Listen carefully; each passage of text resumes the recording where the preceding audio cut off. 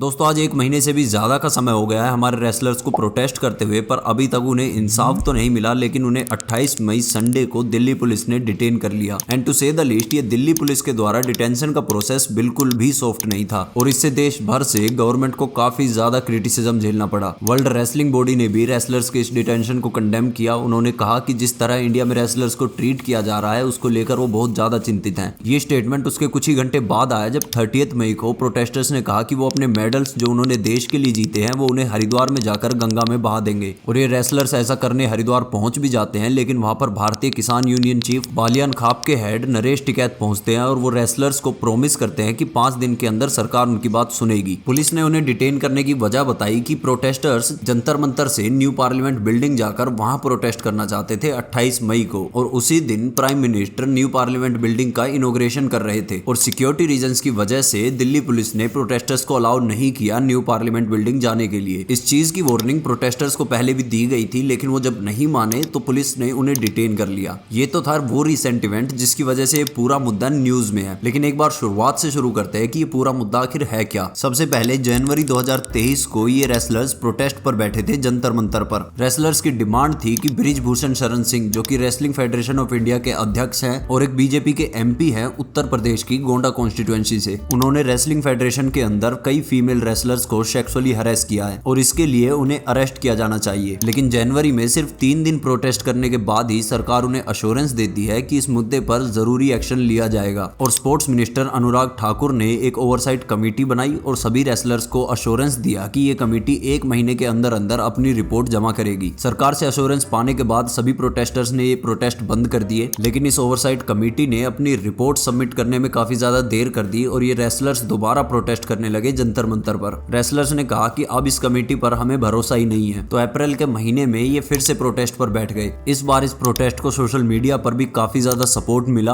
और on ground भी इनसे काफी लोग जुड़ गए। लेकिन इतने सब के बाद भी बृजभूषण शरण सिंह के खिलाफ पुलिस ने FIR दर्ज नहीं की थी। फिर 7-8 दिन के प्रोटेस्ट के बाद सुप्रीम कोर्ट ने दिल्ली पुलिस को नोटिस इशू किया, तब जाकर बृजभूषण शरण सिंह के खिलाफ FIR दर्ज की गई। लेकिन इस बार गवर्नमेंट के अश्योरेंस और FIR पर रेसलर्स ने अपना प्रोटेस्ट नहीं रोका और उन्होंने कहा कि जब तक बृजभूषण शरण सिंह को अरेस्ट नहीं किया जाता तब तक प्रोटेस्ट जारी रहेगा। जो ओवरसाइट कमेटी बृजभूषण के खिलाफ लगे एलिगेशंस की जांच करने के लिए बनाई गई थी उसकी रिपोर्ट तो पब्लिक नहीं की जाती, लेकिन 13 अप्रैल 2023 को द इकोनॉमिक टाइम्स में एक आर्टिकल छपता है। बृजभूषण शरण सिंह पर एक आरोप ये भी लगाया गया था कि उन्होंने एक फीमेल फिजियो से मसाज के लिए पूछा था अपनी बैक पेन को ट्रीट करने के लिए बुल्गारिया में एक कंपटीशन के दौरान। लेकिन ओवरसाइट कमेटी की पूछताछ के दौरान फिजियो ने इस एलिगेशन को गलत बताया और कहा कि उन्होंने सिर्फ एक पेन किलर मांगा था अपने हेडेक के लिए। सिर्फ यही नहीं, उस आर्टिकल के हिसाब से ओवरसाइट कमेटी की जांच के दौरान रेसलर्स कोई भी एविडेंस पेश नहीं कर पाए बृजभूषण शरण सिंह के खिलाफ। लेकिन इस पर रेसलर्स का ये कहना है, में जो लड़कियां गई हैं 10 की 10 उन्होंने बताया और उन्होंने अपनी आवाज भी उठाई। उन लड़कियों ने ये भी बताया कि वो सारी रूम में एक साथ रहती थी कि कहीं सिंगल प्रेसिडेंट उनको बुला ना ले। और रही बात फिजियो की, जब उनसे पूछताछ का मामला आया तो फिजियो ने मना कर दिया कि नहीं, उन्होंने तो सिर्फ टैबलेट मांगने के लिए बुलाया था। ये कारण इसलिए है क्योंकि वो कहीं ना कहीं डर चुके हैं, उनको डराया जा चुका है कि आप अगर प्रेसिडेंट के खिलाफ बोलोगे तो आपको मरवा दिया जाएगा, या जो भी वो थ्रेट करते हैं जो हमेशा से लड़कियों के साथ करते आए हैं। 7 फीमेल रेसलर्स ने बृजभूषण शरण सिंह के खिलाफ सेक्सुअल हैरेसमेंट की कंप्लेंट की है, जिसमें से एक माइनर भी है। कंप्लेंट के दौरान उन्होंने 8 इंसिडेंट्स बताए सेक्सुअल हैरेसमेंट के, जैसे कि बृजभूषण लड़कियों को गलत जगह पर टच करते थे, ये नाटक करते हुए कि वो उनकी ब्रेथ चेक कर रहे हैं। किसी भी इंटरनेशनल इवेंट के दौरान बृजभूषण सेम फ्लोर पर कमरा बुक करते थे जिस फ्लोर पर जूनियर गर्ल्स के रूम होते थे और कोशिश करते थे लड़कियों को अकेले रूम में बुलाने की। बृजभूषण जब भी बाहर जाते थे कोई भी इंटरनेशनल कंपटीशन में तो वो लड़कियों के फ्लोर पे रूम लेते थे, उसी सेम होटल में रूम लेते थे और लड़कियों के साथ में जैसे ट्रैवल करना है, बस में करना है तो उनके साथ बस में बैठते थे। लड़कियों को मतलब कंफर्टेबल बिल्कुल फील नहीं होता था। और ये रिसेंटली अभी 1-2 साल में ज़्यादा बढ़ गया था, मतलब कि जूनियर लड़कियों के लिए या जो अंडर 17 जो लड़कियां हैं उनके साथ में। तो वो बिल्कुल भी कंफर्टेबल नहीं रहती थी। लड़कियां रो रही हैं, एक साथ एक रूम में इकट्ठी होकर रो रही हैं, खाना नहीं खाने जा रही हैं, तो वैसे मेंटली टॉर्चर करते थे लड़कियों को, और लड़कियों को रूम में बुलाने की ट्राई करते थे कि सब कोई सिंगल लड़की रूम में आके उनसे मिले पर्सनल फेवर्स के लिए, और वो सब करके, तो वो ऐसी हरकतें उनकी बहुत ज़्यादा अलग लेवल पे बढ़ गई थी। अब दोस्तों ये वो एलिगेशंस हैं जो बृजभूषण पर रेसलर्स ने लगाए हैं, लेकिन कुछ लोग उल्टा रेसलर्स पर ही कुछ आरोप लगा रहे हैं। कुछ लोगों का कहना है कि वो लड़कियां कहाँ हैं जिसने बृजभूषण के खिलाफ FIR दर्ज कराई है, वो लड़कियां सामने क्यों नहीं आ रही। लेकिन दोस्तों सेक्शन 228A IPC के अकॉर्डिंग जो लड़कियां कंप्लेंट कर रही हैं उनकी आइडेंटिटी रिवील नहीं की जा सकती। इसके अलावा सोशल मीडिया पर कुछ लोग ये भी बोल रहे हैं कि ये लड़कियां अब क्यों बोल रही हैं, पहले क्यों नहीं बोली। पहले तो साक्षी मलिक बृजभूषण को अपनी शादी में इन्वाइट करके उनके साथ फोटो खिंचा रही थी, जिस पर साक्षी मलिक ने बताया कि पहले भी कुछ लड़कियों ने आवाज उठाने की कोशिश की थी, लेकिन उनकी आवाज को दबा दिया गया। उनका कैंप से नाम काट दिया गया, कंपटीशन से नाम काट दिया गया, जो कि अभी तक वो दोबारा कोई भी कंपटीशन नहीं खेल पाई हैं। इसके अलावा फिजियो परमजीत सिंह ने बताया कि कैसे 2014 के अंदर 3 जूनियर विमेन रेसलर्स उनके पास रोती हुई आई थी और बता रही थी सेक्सुअल हैरेसमेंट जो बृजभूषण ने उनके साथ किया। उन्होंने बताया कि कैसे उन्हें प्रेशराइज किया जा रहा था रात को बृजभूषण से मिलने के लिए। इसके अलावा सेक्सुअल हैरेसमेंट के खिलाफ आवाज उठाना सोसाइटी में लड़कियों के लिए काफी ज्यादा मुश्किल होता है। करियर, सोसाइटी का प्रेशर, फैमिली की इज्जत, इन सब के बीच लड़कियां काफी ज्यादा ट्रॉमेटाइज फील करती है किसी भी सेक्सुअल हैरेसमेंट के खिलाफ कंप्लेंट करने में। और रेसलर्स ने बताया कि शादी का कार्ड उनसे डिमांड करके लिया गया था और कैसे उन्हें कंटिन्यूअसली फोर्स किया जाता था कि हर जगह फेडरेशन और बृजभूषण का धन्यवाद करें और अपनी जीत में बड़ा योगदान बताएं। प्रेसिडेंट का शुक्रिया कौन बोलेगा, हमारा शुक्रिया कौन बोलेगा, रेसलिंग फेडरेशन का शुक्रिया कौन बोलेगा।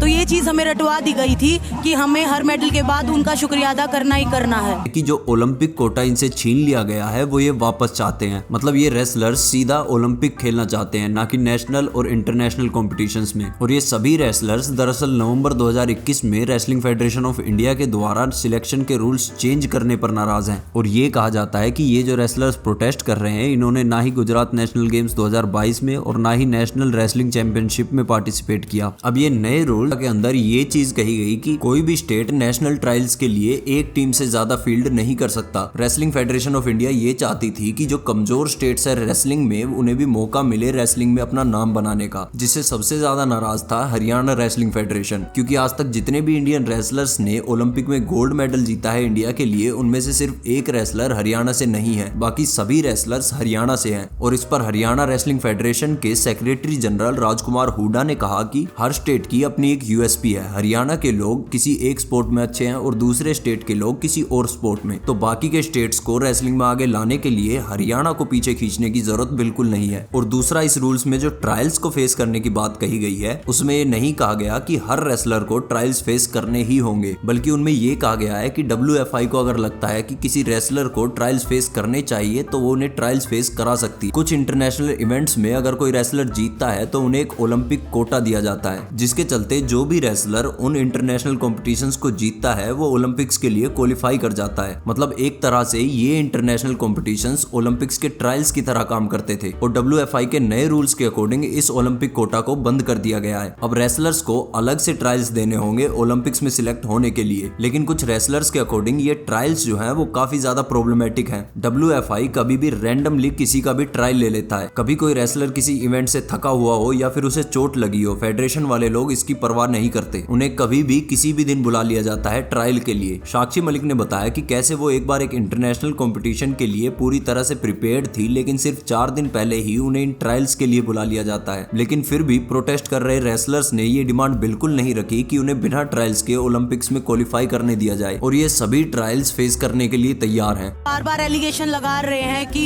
ये डायरेक्ट ओलंपिक खेलना चाहते हैं, ये कंपटीशन नहीं खेलना चाहते। ऐसी कोई बात नहीं है। मैंने हमेशा जितना भी मेरा करियर रहा है, मैंने सारे छोटे से छोटे टूर्नामेंट, सारी नेशनल चैंपियनशिप खेली हैं, और चाहे तो चाहे रिकॉर्ड उठा के देख सकते हो आप, मेरे सर्टिफिकेट देख सकते हो।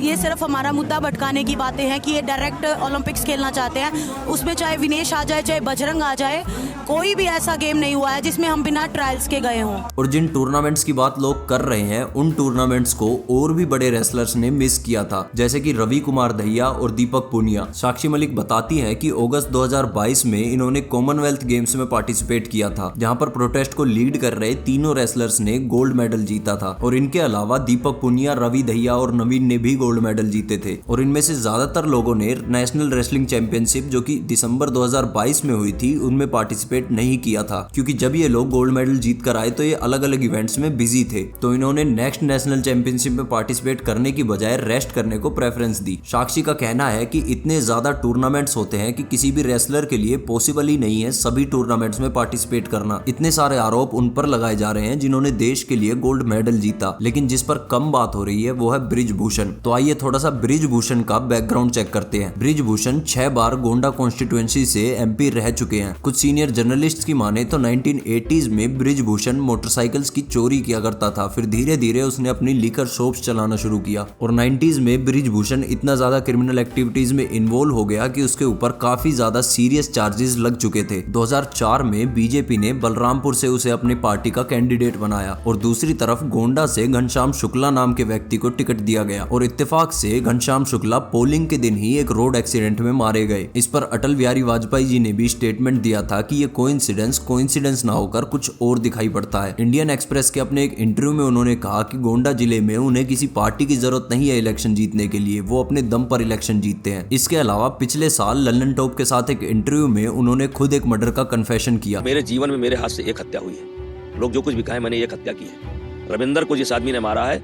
मैंने हाथ छोड़ा करके और उसको तुरंत राइफल से उसके पीठ पर रख करके मार दिया। और इस चीज पर आज तक कोई एक्शन नहीं लिया गया है। बाबरी मस्जिद डिमोलिशन में भी वो प्राइम सस्पेक्ट थे, लेकिन कोई एविडेंस न मिलने की वजह से दिसंबर 2020 में उन्हें क्लीन चिट दे दी गई। लेकिन क्लीन चिट देने के साथ ही कोर्ट ने ये भी कहा कि इस इन्वेस्टिगेशन में कोई एफर्ट नहीं लगाया गया एविडेंस कलेक्ट करने के लिए, जिसके चलते ये पूरी इन्वेस्टिगेशन क्वेश्चनेबल है। बाकी केसेस में भी इन्हें सजा इसलिए नहीं मिलती क्योंकि ना तो इनके खिलाफ कभी कोई गवाह गवाही देता है और अपने दबदबे के कारण ये पुलिस को भी इन्वेस्टिगेशन नहीं करने देते। और इसी तरह के ब्रिजभूषण पर 40 के करीब क्रिमिनल केसेस हैं। तो एक तरफ है वो लोग जिन्होंने देश के लिए गोल्ड मेडल जीता और दूसरी तरफ है वो इंसान जिसके ऊपर 40 से भी ज्यादा सीरियस क्रिमिनल चार्जेस हैं। पर देखिए, पास्ट में क्रिमिनल चार्जेस ये नहीं प्रूव करते कि अभी भी वो गलत है। सही गलत का निर्णय जांच एजेंसियों का विषय है। लेकिन इस पूरे मुद्दे में आपकी क्या राय है, कमेंट सेक्शन में जरूर बताइएगा। जय हिंद, जय भारत।